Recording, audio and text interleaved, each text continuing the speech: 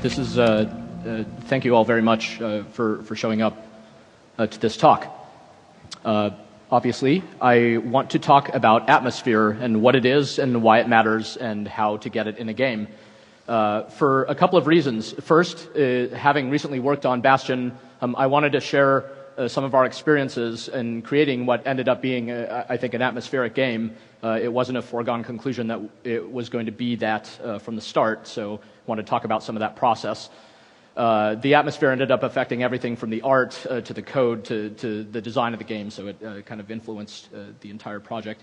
And second is sort of a more personal reason, is that I've been playing games, different games all my life since I can remember, and all my favorite games fall into either one of two categories. One category is games I could play forever, like Street Fighter II. I can just play it until, forever and ever. And the second are those games that I will remember forever, like something like Fallout. For the purposes of this talk, I'm particularly interested in the second category of game, these games that stuck in my memory. I realized at a certain point, actually not long ago, that what they all have in common is their atmosphere, a strong atmosphere. So I wanted to get to the bottom of that and to understand it better. So this talk represents my thought process. By the way, I'm Greg Kasavin, and I work at Supergiant Games, a small studio of 8 people right here in San Francisco. Prior to getting into game development more than 5 years ago now, I worked in the gaming press for a long time, most notably at GameSpot, where I was editor-in-chief for a while and got to justify beyond reasonable human measure playing lots of different games. So that was cool. This is the team that made Bastion, all 7 of us. We have one more since then. This was taken at E3 last year. Many of my colleagues are actually here in this audience, which is awesome. For my part, I did the writing and about half the level design in the game and was responsible for the fiction and the game world story, that kind of stuff. We all wore a bunch of different hats. Bastion was our first game as a studio, and we self-funded the project out of the living room of a house after having a number of us having worked on much bigger teams. Thankfully, the game got a very warm response. I assume many of you are here because you've played it. It's won more than 100 industry awards, which is insane to us, and sold more than 600,000 copies. So it's kind of exceeded our wildest fantasies in many respects.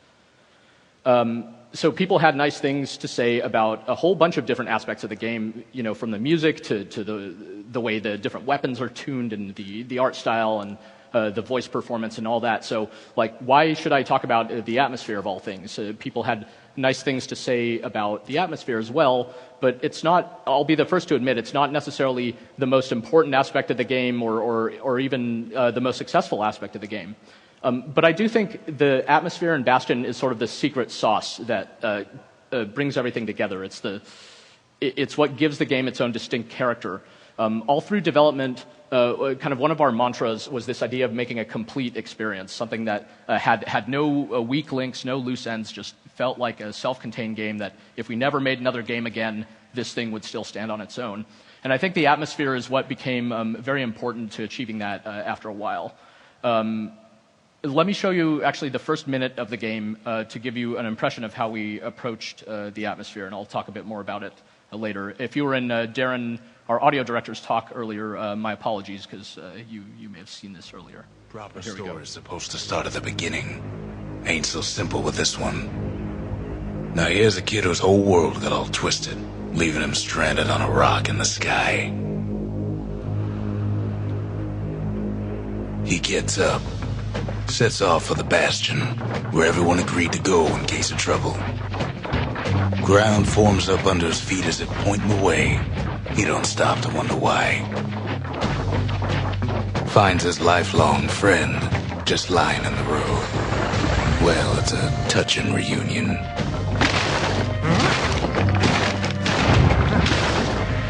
He sees what's left of the rippling walls, years of work undone in an instant, in the calamity. That a survivor? No, ma'am. It's a gas fella, forced out from underground. Kid pops it good. Fella got a piece of him, though.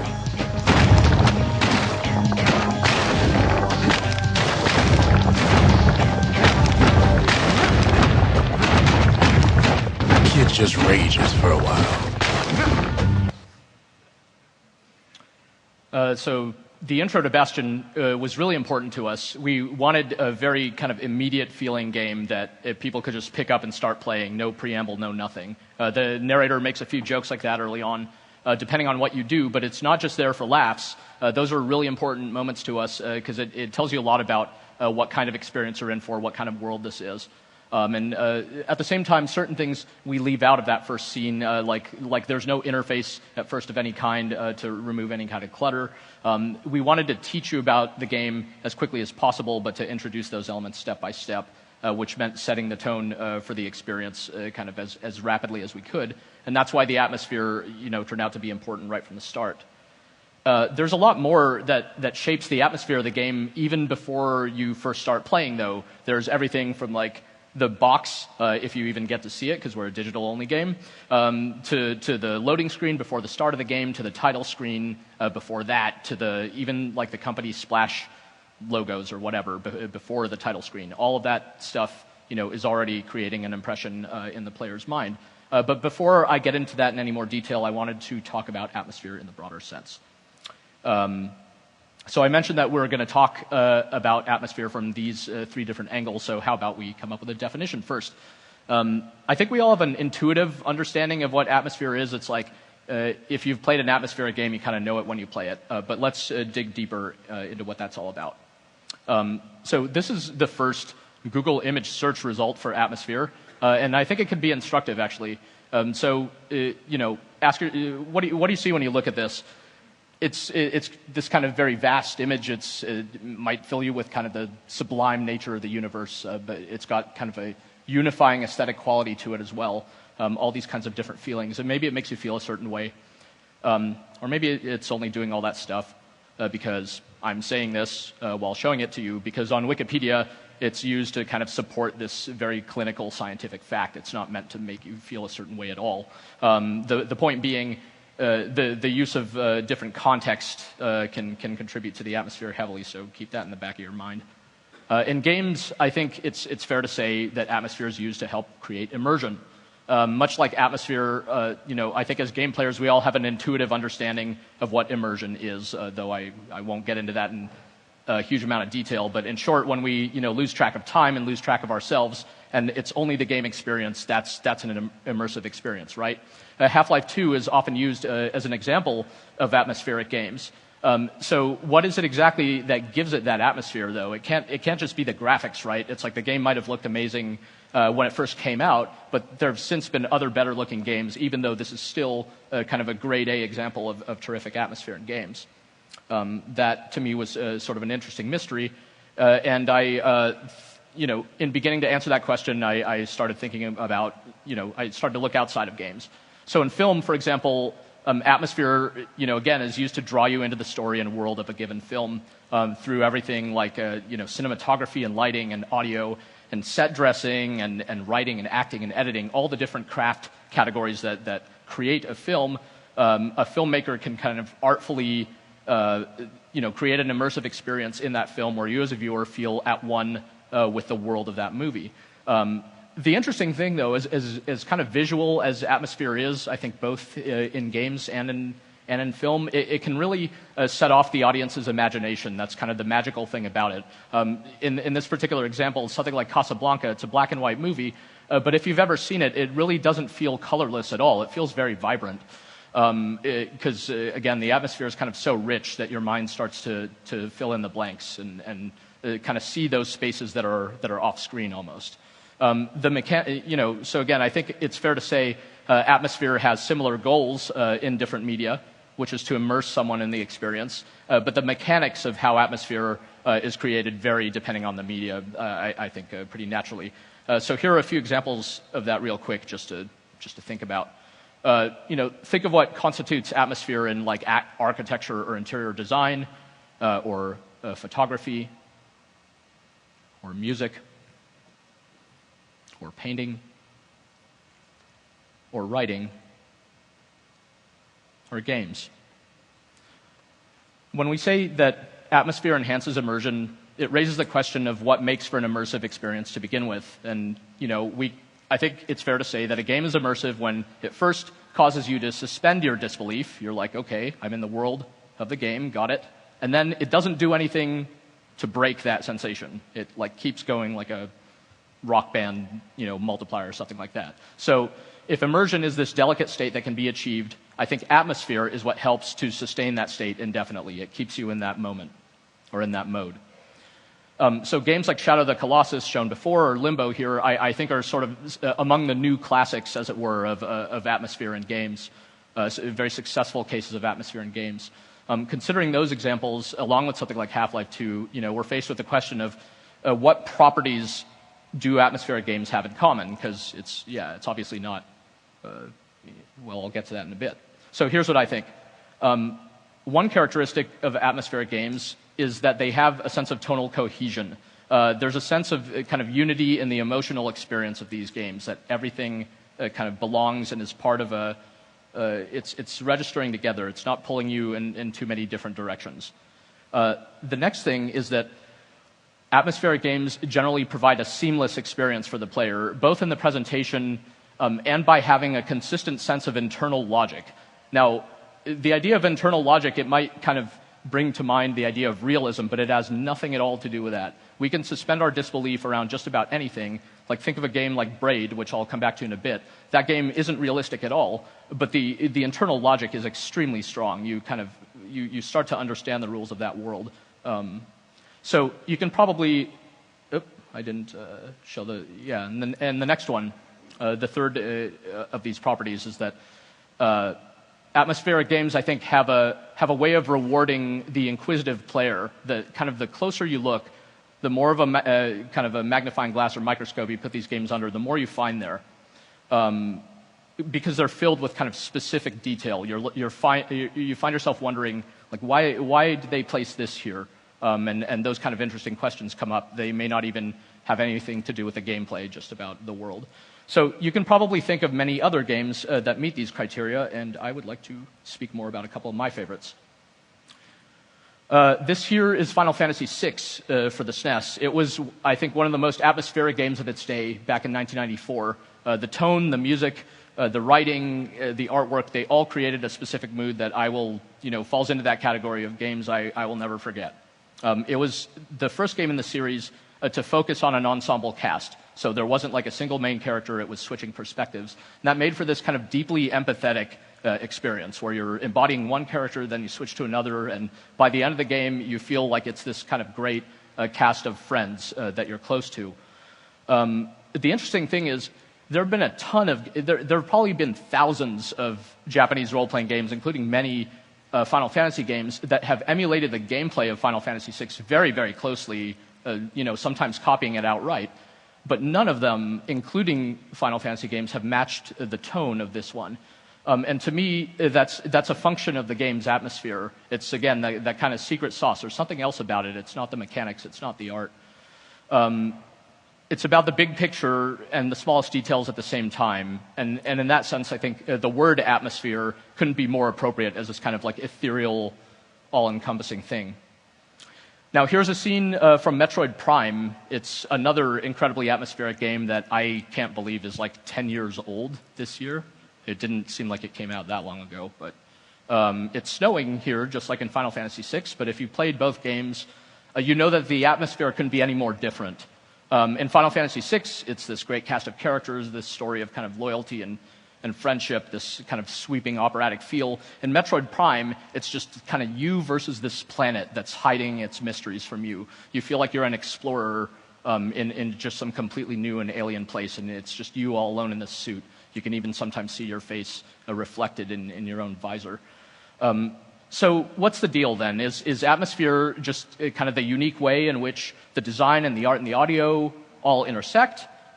On the contrary, I think atmosphere, in order to work at all, needs to be authored. And what I mean by that is atmosphere is about the game's unique identity and its unique feel. You don't get it for free just by having graphics and sound and a story. It's not the product of those things. Instead, I think it occurs in games that focus on creating a particular tone and then line up their aesthetic elements in order to support that tone. So in games, I think atmosphere actually begins as a function of the design, rather than, even though all different disciplines, from the art to the audio to the code, may all contribute to it.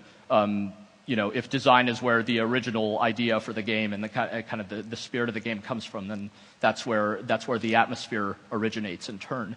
Narrative, of course, can also have a big impact on atmosphere, and it certainly does in our case with Bastion, though narrative or other authored content isn't even a requirement for atmospheric games. There's a game called Proteus in the IGF this year, down that away. You should definitely check it out in all the IGF games. It's highly atmospheric, but it has no narrative or traditional gameplay at all. In fact, the content is totally procedural. You just explore this world in a completely free-form way and kind of watch and listen as you go. But the tone and the atmosphere, those things are authored, even though the content itself, is each one of us who plays it will get different content, but we all get the same tone. That's from the creators. By the way, not only is crafted content inessential to atmospheric games, they don't even need graphics and sound, if you think about it. Like the case of classic text adventures from Infocom, Zork and what have you, those games had no graphics and sound at all, but they still had an atmosphere, the same as like a novel, right? Because you're just reading the game, essentially. It's still creating an idea in your head. Games like Proteus raise another point, which is that atmosphere has no fidelity requirement, and that's part of the reason I think that small independent developers can pull it off. Atmosphere can be totally representational, and that's why I think some old games, it begins to answer sort of the Half-Life 2 question. As you age that game out indefinitely, the atmosphere is still going to be awesome because it's representational and creates an image in our heads. This is why a game like Cannibal here, it can be highly atmospheric despite a superficially simple presentation. So I bet a lot of you have played this game, but just in case, all you do in this game is run. It's a one-button game. You run and you jump from rooftop to rooftop until you inevitably die in this like bleak dystopian world that's all crumbling around you. That sounds pretty grim, but the atmosphere, the tone of it actually isn't nearly as bleak as that makes it sound. When I play this game, I feel like I'm like the instigator of what happened. That I'm the one who set off the bomb that's like destroying this evil world, and I have like front row seats, to the fireworks show that's going to go off. It's kind of got like a triumphant quality to it. So due in part to the relatively minimal use of artwork and audio, all aspects of this game's presentation feel very intentional toward creating a particular mood. Atmospheric games aren't limited to particular genres or perspectives. You can have, extremely strong atmosphere and deliberately paced first-person adventure games like Myst, another classic example from the kind of early-ish 90s. You could also have great atmosphere in an isometric real-time strategy game like Myth: The Fallen Lords, which is a game by Bungie from back before they were making lots and lots of Halo.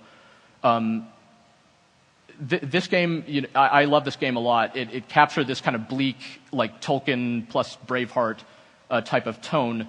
And I've never been more attached to the little... I play a lot of real-time strategy games. I've never been more attached to the little dudes in my army than I have in this game. And you take a look at... This is a real screenshot from the game. It's like you look at what choices they make about the interface they create, and like a big portion of it is just like a little backstory of the guy that you have selected. So they made those choices intentionally to get you to care, and it worked on me. Atmospheric games have no particular platform requirements either, as evidenced by something like Infinity Blade. Whether you're playing games on a 60-inch TV or Infinity Blade on your phone, they can have atmosphere either way. That said, certain types of games do lend themselves better to being atmospheric than others. And in fact, certain design choices, I would argue, make achieving atmosphere virtually impossible. For example, I can't imagine how someone could have an atmospheric experience playing something like Mafia Wars 2, right? Because this is a game that's prompting you to go play a different game. So even if the in-game experience is somehow causing you to kind of get into that mode and it's achieved immersion in you, these types of pop-ups just shatter the fourth wall with a baseball bat, and suddenly you're just some poor schlub on Facebook, or maybe that's just me, how it makes me feel. The point though is, atmospheric games, they're not limited to these kind of sweeping epics that spend 6 years in development or however many, like Shadow of the Colossus and Half-Life 2. They can be achieved in games that are made with much smaller resources, like something like Cannibalt. And really just about any type of game can achieve strong atmosphere if the developers decide that that is one of their goals. So as we've seen so far, atmosphere varies across different media, and it can even vary across adaptations of the same core work. In the case of something like Frankenstein, where it starts as a novel, becomes a film that feels very different, becomes a graphic novel, etc. Part of the reason why I think novels in particular lend themselves really well to adaptation is because their atmosphere is authored in such detail. It's kind of really all there is. It's like 700 or however many pages just about the atmosphere that the author is trying to create. It's entirely imagined. There probably aren't any pictures or sounds. It's just the core idea.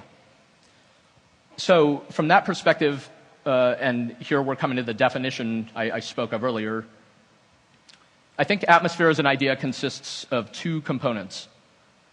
The first is the central idea of the work, or also known as a theme. This isn't like a moral or some like pithy fortune cookie sentiment or whatever. It's kind of the rich unifying idea of the work. It's what the game, in the case of games, is about really, not just the surface level stuff. Next is the author's general attitude toward that idea, which is the tone. So how you say something is just as important as the actual content. It speaks to the attitude, right? So the combination of theme plus the author's attitude toward that theme results in the atmosphere of the work. And I find this literary definition of atmosphere as a product of theme and tone to be very useful and true to games. This definition, I think, reveals why just having graphics and sound in a story doesn't give you atmosphere for free. Before you can have it, you need to have an idea of what the atmosphere is trying to convey. Theme and tone, it can and should be open to interpretation if they're kind of richly imagined. They don't need to be oppressive constraints for content creators on a big team or whatever. All they are is a guide. It's kind of your North Star pointing you in a general direction. I don't know if that's north. So if you look for examples of games with rich themes, I think you'll find that they also tend to have very strong atmosphere, or vice versa. As with atmosphere, games with themes don't have to be big or small, or don't have to belong to any particular genre or style. I think you could find substantive themes in everything from these kind of sweeping open-world epics, these huge productions like Red Dead Redemption, which I think is a game about kind of the close connection between redemption and revenge. Or a good example that I like recently is The Witcher 2, where good and evil are not black and white in this world, and you can kind of look no further than the color of Geralt, the protagonist's hair, to tell you what kind of world this is. And then you've got these expressionistic games like Journey and Dear Esther, also in the IGF. Each of these games, I think, is really beautiful in its own way, and the beauty is more than skin deep. They don't just make for pretty screenshots. These games are about something, right? It's more than just the surface level stuff. It's not, what you do in terms of walking through the world. That's not what they're really about. You can tell as soon as you play that there's something else going on. So, and I think what's behind the atmosphere of each of these examples is a strong authorial voice. Certain authors are so good at creating atmosphere that you can practically feel it just from seeing their names spelled out on the page. So in the case of a guy like Lovecraft here, he got like gothic horror down to a science. He is like, you look up, if the dictionary had an entry for gothic horror, he could have his picture there. A handful of authors like him have defined such a specific and strong atmosphere that it's become influential across media. The strength of the original specific idea for the tone, I think, is very important because, again, it can substantially influence crafted content and decisions on how to make a different work. I wanted to bring up Amnesia, The Dark Descent from Frictional Games as an example of something like this. This is one of the most atmospheric games of 2010, I think. It's a first-person horror-themed adventure game with a very Lovecraftian feel, all about unspeakable terror and loss of sanity and these unimaginable otherworldly forces and just this kind of bleak gothic tone. Everything in this game contributed to the atmosphere. In fact, the atmosphere is so important to this game that the one time the developers break from their atmosphere is to straight up tell you before the title screen to pay attention to the atmosphere and not play this game in a traditional way. I found that very interesting. During gameplay, though, every detail points back to the mood that they're going for. Your health is represented by an anatomically accurate human heart that kind of withers away as you take damage, and your brain, your sanity is represented by a brain that kind of shrivels and dies as you see terrible creatures. And your other resources, tinder boxes that create light in these oppressively dark environments, but the light happens to attract the very monsters that are trying to kill you, so you're kind of in a bad situation. And most importantly, you have no weapons, so if you encounter something dangerous, the only thing you could do is just run for it. So the developers of Amnesia, I think, really, really understand that creating atmosphere is not even necessarily compatible with creating fun in the traditional sense, depending on the type of atmosphere desired. The benefits of their understanding, I think, are self-evident if you've played this game. It's a fantastic game. Or if you're one of those people who's in the game industry but doesn't play games, then you can look up the Metacritic and the sales and then go kill yourself. Okay. I'm a little too Lovecraft, talking about Lovecraft. It's all in tone. Amnesia took influence from Lovecraft. I think they've openly acknowledged that. And with Bastion, we took influence from Cormac McCarthy. Not just from The Road, but also from his more kind of westerny novels like All the Pretty Horses and Blood Meridian. He is a great contemporary American author. So half-jokingly at first we thought, what if instead of being this great American novelist, he wrote little adventure role-playing games like Zelda? And what would that sound like? Because we didn't want our game to... We knew from the start we didn't want it to kind of look and sound and feel the same as other stuff, because what's the point of that? We didn't just crib from Cormac McCarthy and call it a day, though. So I'm a child of the 80s and 90s and grew up watching kind of classic, what I think are classic works of science fiction and fantasy. And I really loved The Dark Crystal, among many others, which kind of had the feel of a traditional fairy tale, of like a darker fairy tale, not the kind of saccharine Disney stuff. So with Bastion's world, I was really interested in merging like the earthy feel, the westerny feel of Cormac McCarthy's fiction with like the imaginative fantasy of something like The Dark Crystal. And then when we kind of synthesize these ideas into a whole and filter them through our own experience and our own perspectives and whatnot, I think we eventually found a specific identity for our own work. At first, we had no idea. It sounded exciting, but it sounded kind of ridiculous. We didn't know that it was going to lead to anything good. But even just having those ideas was motivating and exciting. So already, the idea of creating an atmospheric game was beginning to pay off in some ethereal way. But I'm getting ahead of myself a little bit. We talked already about the properties of atmospheric games, and now let's talk about what effect those properties can have on the player, as well as on a development project.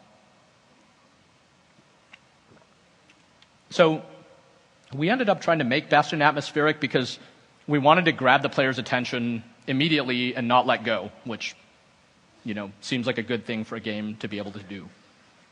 We wanted players to finish the game and for the experience to be able to leave a lasting positive impression on the player. And again, creating atmosphere seemed like a means to that end, especially for kind of a small, unheard-of studio with you had no reason to kind of think, we just wanted to grab the player and not let go, like I said. This part of the talk is supposed to be why atmosphere matters, right? But the truth is, I was thinking about it. I can't prove to you why it matters, especially if you haven't experienced an atmospheric game for yourself. So even if I, hated myself and hated all of you enough to show you a bunch of charts about like the sales and Metacritic of atmospheric versus non-atmospheric games, I don't think it would prove anything because, again, even the definition of what an atmospheric game is somewhat questionable, right? There are many ways to make games. There's no formula for creating good ones. But that said, here are my observations about what atmosphere does and doesn't do for a game. Let's start with what it doesn't do. Well, kind of both. So Theif, the Dark Project, is one of the most atmospheric games I have ever played. Incredible game. From a cynical perspective, I think it's also a case for why achieving a strong atmosphere isn't the focus of most games. Like, a lot of games don't even really go for it. Even when Theif came out in 1998, it actually wasn't much of a looker. The atmosphere wasn't evident in the screenshots. Like, the atmosphere was way stronger than the graphical quality. Its atmosphere isn't measurable like graphical quality. It's not going to wow you in screenshots, and videos of games weren't really around back then. It doesn't necessarily even correlate with visual quality at all. And on top of that, it doesn't come cheap. So here's Metal Gear Solid 4, which I think had great atmosphere, and I can only begin to imagine what it must have cost to create. Achieving strong atmosphere, I think, can mean having to iterate on like perfectly good aspects of the game just to get them to line up with other aspects. It's like, why should I change this? This is done. This is good. And it's because it doesn't fit with everything else. And as I said before, atmosphere isn't even about the fun necessarily, as we saw before with the example of Amnesia. Many games are designed just to be fun. It's a perfectly reasonable goal. And those games, they're not necessarily concerned with atmosphere because, again, they're not concerned with themes. The fun is what there is. That's all they're going for. But in order to make an experience atmospheric, sometimes the fun has to take a back seat, and that can be hard to explain. This scene in Metal Gear Solid 4 fits no conventional definition of fun. It's just you struggling down a corridor. But it's one of the most powerful, and it's a fantastic scene in this game. And the atmosphere is terrific. This is Otogi, a highly atmospheric game from a Japanese studio called From Software. It actually did come out in this country. How many of you played Otogi? Pretty good. Maybe, at any rate, this game did not sell well, even though it was awesome. And evidently, atmosphere doesn't always mean, it doesn't like guarantee you sales or anything like that. On the other hand, thinking back to the properties we talked about before, atmosphere can give you this kind of cohesive feeling, internally consistent play experience that probably stands a higher chance of sticking with the player, like some of the games I've mentioned. Silent Hill 2 here came out more than 10 years ago, but it's still considered one of the high watermarks of horror gaming, as an example. The atmosphere is essential in a horror game in particular. I like to think of it, the atmosphere, it's almost like thinking of an antique piece of furniture or a luxury car or something like that. The pieces, you close the door in a nice car and you feel like you're in a vacuum chamber or something. The pieces don't just fit together okay. It's like perfect. It's like one object. So atmosphere, I think, is the stuff that kind of takes the pieces of a work and makes them feel like a kind of perfectly formed whole. To give a more concrete example of that in games, there's something like the Galactic Map in Mass Effect, which you use to go essentially from level to level. If you think about it, the development team, like all they really needed to do functionally was like give you a list box like you might find on a website of like choose which planet you want to go to from the drop down and go.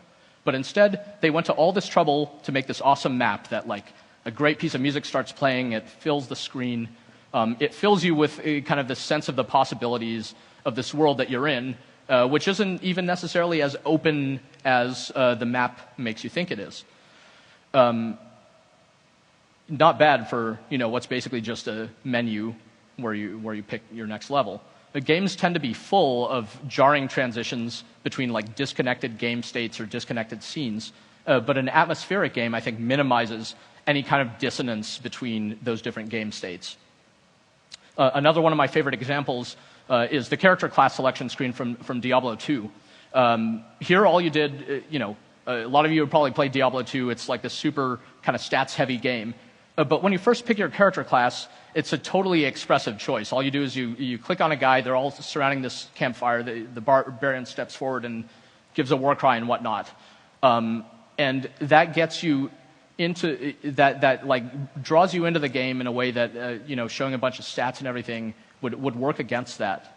So much like the Mass Effect map, they could have just given you a list box to pick your class from, but they went to all this trouble to get you into the experience very quickly.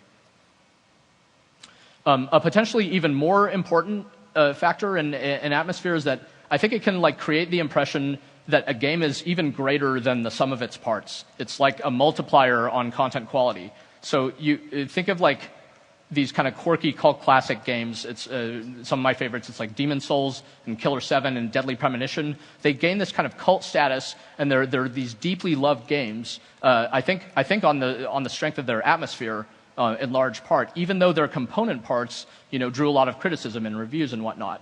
Demon's Souls and Dark Souls are actually from the makers of Otogi, shown a few slides back. Even though Otogi didn't sell well, they kept going. These games ended up doing much, much better, both critically and commercially. And they're still filled with these like kind of obscure and really unconventional and often like pretty harsh design choices. But the way like the opacity of the design, the way it's like so hard to understand sometimes, it actually feels consistent with the tone and the atmosphere of these games. So the choices feel intentional and motivated, and we accept them, and many of us like them a lot. Really, what this is getting at is that atmosphere builds investment in the player. It amplifies the emotional experience. People still get all nostalgic about TIE Fighter and Fallout and Grim Fandango and stuff like that. And these are a space combat simulator, like a violent isometric action game, and like a humorous adventure game. They have nothing in common except for the quality of their atmosphere and just the high quality of the craft in general. It causes, I think the atmosphere, is really what causes people to remember the experience of playing those games in kind of a vivid and positive way. If you ever saw Ratatouille, there's a scene toward the end where the kind of impossible to please food critic bites into a dish prepared by Remy the rat, and the critic is like instantly transported to a memory from his childhood of coming home, to his mother's home cooking after a rough day. And he doesn't just remember the taste of the food, he like relives the entire experience in an instant. It's like this transcendental moment for him. I think we remember, we have the capacity to remember the textures and feelings and other sensations that are hard to put into words sometimes. And I think atmospheric games are ones that simulate or even kind of create those types of rich aesthetic experiences that can hit us really, really hard.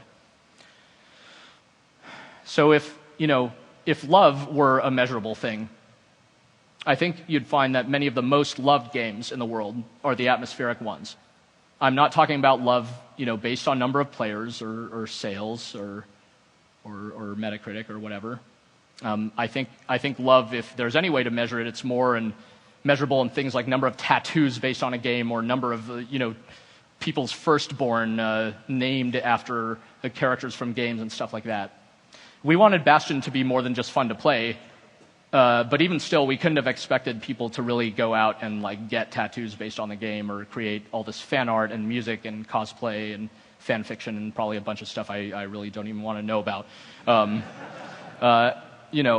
Like I said, atmospheric games, they have a power to strike a chord with people in a way that, sales and reviews and even industry awards is never going to show you. Okay, so thus far I've tried to articulate what atmosphere in games really is and why it can improve the experience of a game. So let's get into the kind of practical reality of the execution. And I'm only going to talk about our experience with Bastion here, though reflecting on some other games. It's important to understand the costs at stake because, like I said, this stuff doesn't come cheap. So there was talk about the tone of Bastion like from the very beginning. Since we cared about tone, it became natural that we cared about the atmosphere. We kind of achieved alignment around the tone and the theme pretty easily, in part because we're just a small team. We're 7 people, right? It's like fewer people to question, say no to things and whatnot. It also helped that both Amir Rao, our studio director, who designed huge portions of the game, both him and I are English lit majors and worked together for a while at EA. So we just had like a similar vocabulary. We were on the same wavelength around a lot of this stuff, so it just made it easier to talk about. It was still a costly process because, again, details that may be shippable or cuttable for other projects, suddenly they become very important if you're making an atmospheric game. And to give you just a kind of a random example of that, One relatively risky and costly change we made late in Bastion's development was to one particular animation. If you've played the game, you know that it's this like precarious world. You can always fall off the edge, but there's this kind of playful Zelda-like mechanic where you don't just you don't just fall off and die. You kind of wrap around to the top of the screen and slam on your face. The problem I had was that for the longest time in development, you would always land on your back. And I thought it was really important that you fall on your face every single time, just hard.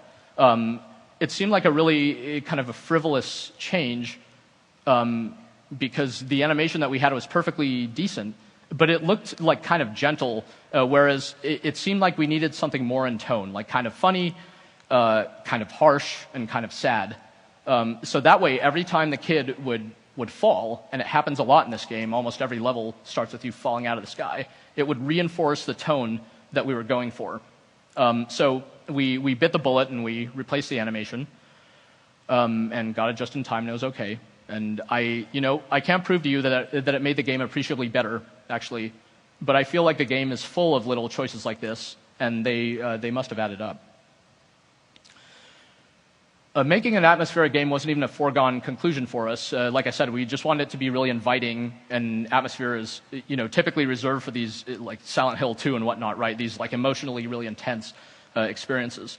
So we wanted to make something with the trappings of this kind of breezy, pick up and play, go have fun kind of game, but then draw the player in with a rich and deep atmosphere during the game itself. I'd like to show you what we did in another real quick video here. This is from a level called the Hanging Gardens, which is it's actually the first level I worked on. It's less than an hour into the game, and it's kind of the emotional low point of the entire experience. Bastion is an action RPG, so the moment-to-moment experience normally leaves heavily on combat. You're fighting lots of stuff. But we use the narrative to give context to all the fighting. And here in all the major story scenes, we dial the combat back, kind of slow the pace down, and let the player concentrate on the tone and the scenery. So here's a bit from the Hanging Gardens. The dead welcome him with open arms. The calamity took everybody after all. Kid sees it plain, frozen faces all around. You don't much care to see him. Not like this.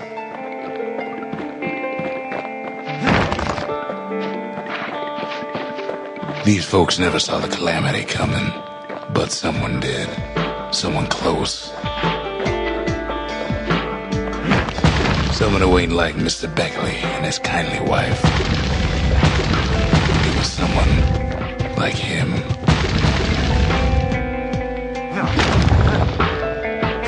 Kid sees him there agape, in the flesh. Kind of a buzzkill, right? So on the surface, Bastion is an action RPG. It's a game about fighting monsters and saving the world. Under the surface, it's a game about overcoming regret. The Hanging Gardens is one of the first moments in the game where a sense of regret is meant to be pretty kind of palpable. By the way, I don't like to spell out the theme of something I've worked on because it starts to kind of pigeonhole the thing. It seems to reduce it and oversimplify it. But then again, I think a good theme should be resistant to oversimplification. It should be rich. So in Bastion, we present this kind of beautiful but post-apocalyptic world and put you on a quest to restore it, evidently to its former glory. And you only hear about how great this world used to be from the narrator's perspective. And in the end, if you haven't finished the game, this hopefully doesn't really spoil it, but you're faced with choosing between the promise of the world as you've experienced it versus the narrator's kind of promise and memory of it, his experience of it. Bastion's story turns out to deal with some pretty heavy subject matter. It's like genocide, the apocalypse, fun stuff like that. But it deals with these subjects in what I think is like a somewhat optimistic manner to whatever extent that's even possible. That's partly where the game's specific tone comes from. Again, like the author's attitude toward the work. It's this sense of like, it ain't all bad, be thankful for what you've got. It's not a bleak and depressing game, even though it has its moments. We had a rich backstory to draw upon when building out content for the game, and I think having rich backstory is one of the keys to strong atmosphere. I wrote nearly as much backstory content for the game that was never intended to be in the game at all as actual, narration and story content that was meant to go in the game. This type of writing is relatively cheap. It doesn't have to be as polished as the actual in-game stuff, but it can pay off a lot later in the project.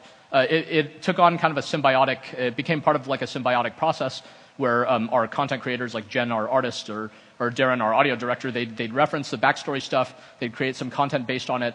I would in turn, see their content and be totally inspired and want to write more backstory and so on and so on. It starts to take on a life of its own. And the end result of that is that sense of internal consistency I referred to before, where all the little details, hopefully feel like they're part of a whole and cohesive world. We attempt to convey our tone like from the very first screen. The main theme you hear, the piece of music on the title screen, is the main theme that, in the central Bastion location. So we use the audio to try to unify the setting and tone. And we minimized the number of splash screens and kind of reduced to a bare minimum what we could get away with there.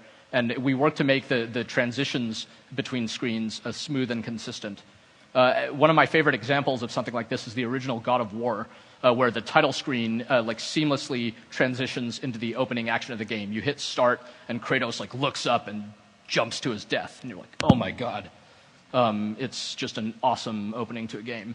It's not, it's not sufficient to have some cool bits of environmental storytelling, blood painted on walls or whatever. If the rest of the game isn't going to match the atmosphere of those scenes, it has to be like an all-encompassing thing. Larger games I've worked on, they tend to get pieced together, so many people working on different things. Someone's building the menus, someone's building a level, and so on. But how the pieces fit together is no less important than the quality of the individual pieces. Audio, I think, is particularly effective at smoothing the transitions between game states. And Sword and Sorcery EP for iOS, I think, is a really great example of this. It came out in the last year. The music, accentuates so much of the game, and it kind of keeps playing even when the scene changes. You go from screen to screen in this game, but the music just pushes you on and on. In a lot of games, you'll notice the audio just cuts off, between game states. It's now loading, all the audio just goes dead. This weakens the atmosphere. It can, again, shatter immersion. It could just be jarring and disruptive, so it's something that we look out for a lot. Gaps between game states, again, there are moments where your immersion, your suspension of disbelief, all of that threatens to collapse, and you're reminded, oh, I'm just some dude, playing my Xbox on a Friday or something. For technical reasons, we couldn't avoid loading times in Bastion, so we made our loading screens expressive of travel times between locations, just with a graphic. We decided to, display some gameplay hints and stuff like that, in addition to backstory info on these screens. And the gameplay hints, though, if you think about it, they detract from the atmosphere. We decided that they were valuable anyway. Worth including, but frankly, we didn't have much of a choice because there's an Xbox 360 certification requirement demanding methods to engage the player on loading screens lasting longer than a few seconds. So that's why every Xbox game has hints. I understand why these standards exist, but part of me hates them because they make aspects of games formulaic, and unique ideas like Braid's lack of a standard title screen much harder to pull off. Braid came out while I was still working at EA, and the quality of that game's atmosphere just blew me away. Even more so than God of War or Bastion, for that matter, I think the game feels very immediate because it's interactive right from the start. And on top of that, I could just tell within seconds of starting that game that there was something rich and interesting going on. This was a game that wasn't just about running and jumping, right? It was about something else. You could just tell. It stood as a reminder to me that smaller teams can create atmospheric games, every bit as capably as larger, wealthier teams, if not more so. So back to our story, we wanted our game to mean something to people too. We wanted it to have a story and feel more substantive than kind of the average action RPG.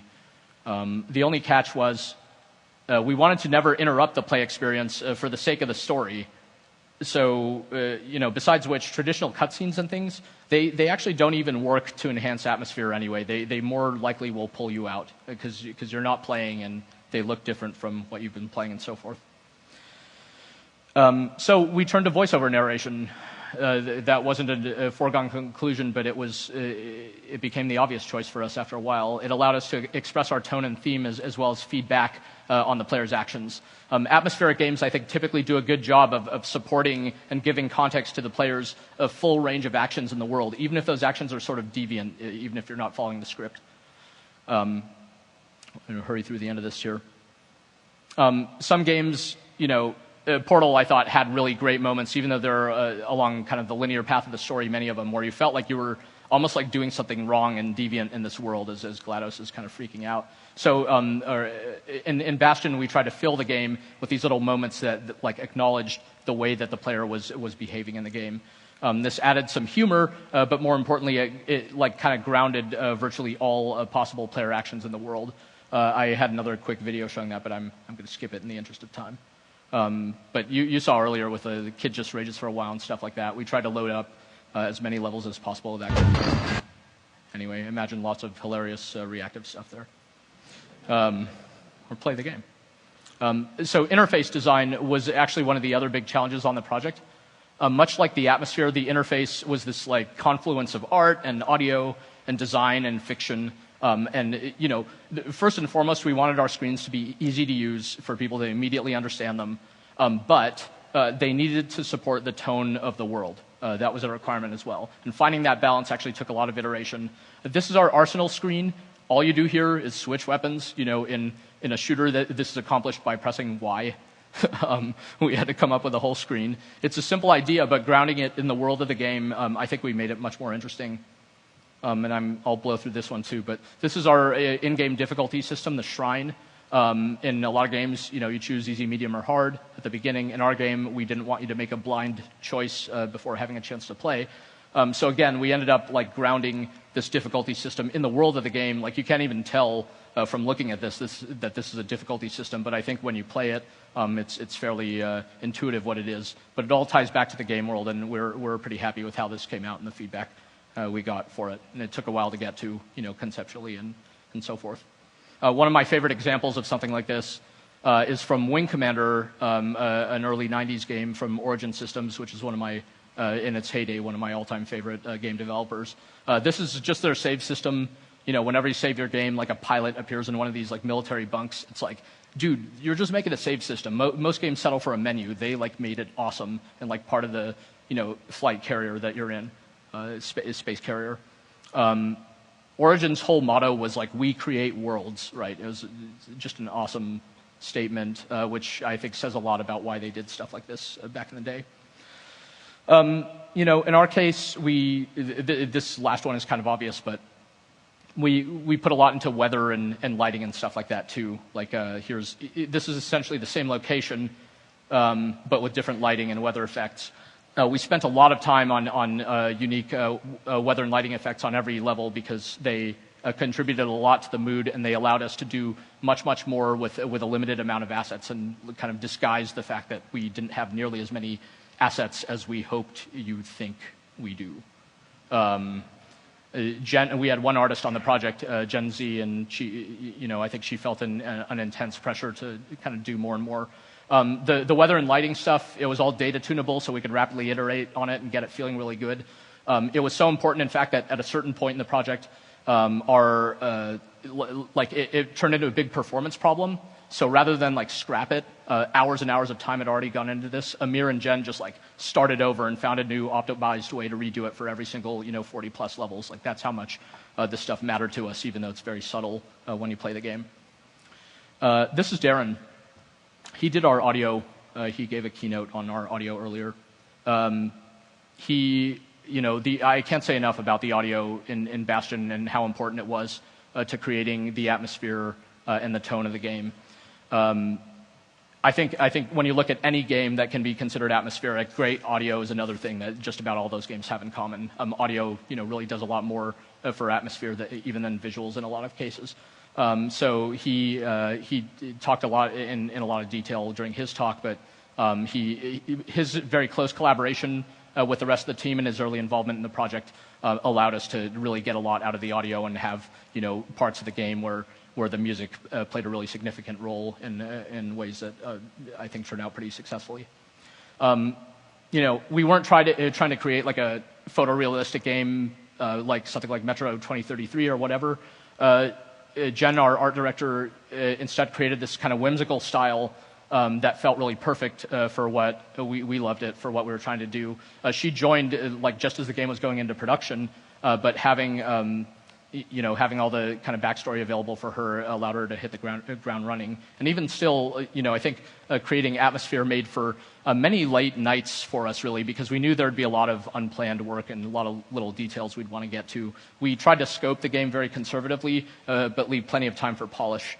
For example, we left a big chunk of time just for the ending of the game. We're just like, in the schedule, ending, awesome, this amount of time.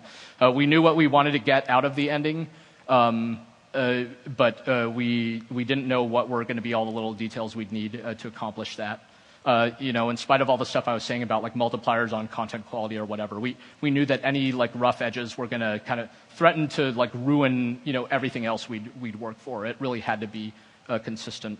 So again, all the more reason why I think it helped to have a good sense of the details that we needed. And there you go.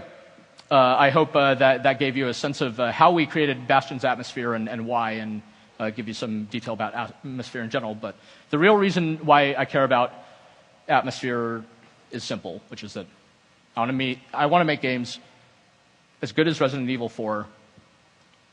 I want to make games as good as Chronicles of Riddick, Escape from Butcher Bay, which is fantastic. I want to make games as good as Planescape Torment. I want to make games as good as Ultima 5. I want to make games as good as like the 35 other games I've referenced in this talk. I think all that they have in common, besides my love for them, is the quality of their atmosphere. So on Bastion, we embraced, this kind of sense of necessity in the process of creating atmosphere. And it was really inspiring to work on a project where these seemingly insignificant details, we could justify making them happen. We could do the small stuff. And in turn, it was really, really rewarding to see that players seemed to notice the small stuff too. So thank you very much. I think I've left very little time for questions here, but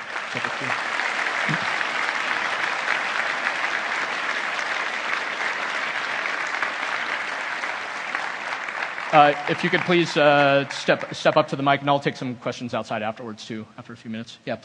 Hi, so you've talked a lot about how creating atmosphere is part of looking at games as like this holistic, like greater than the sum of its parts way.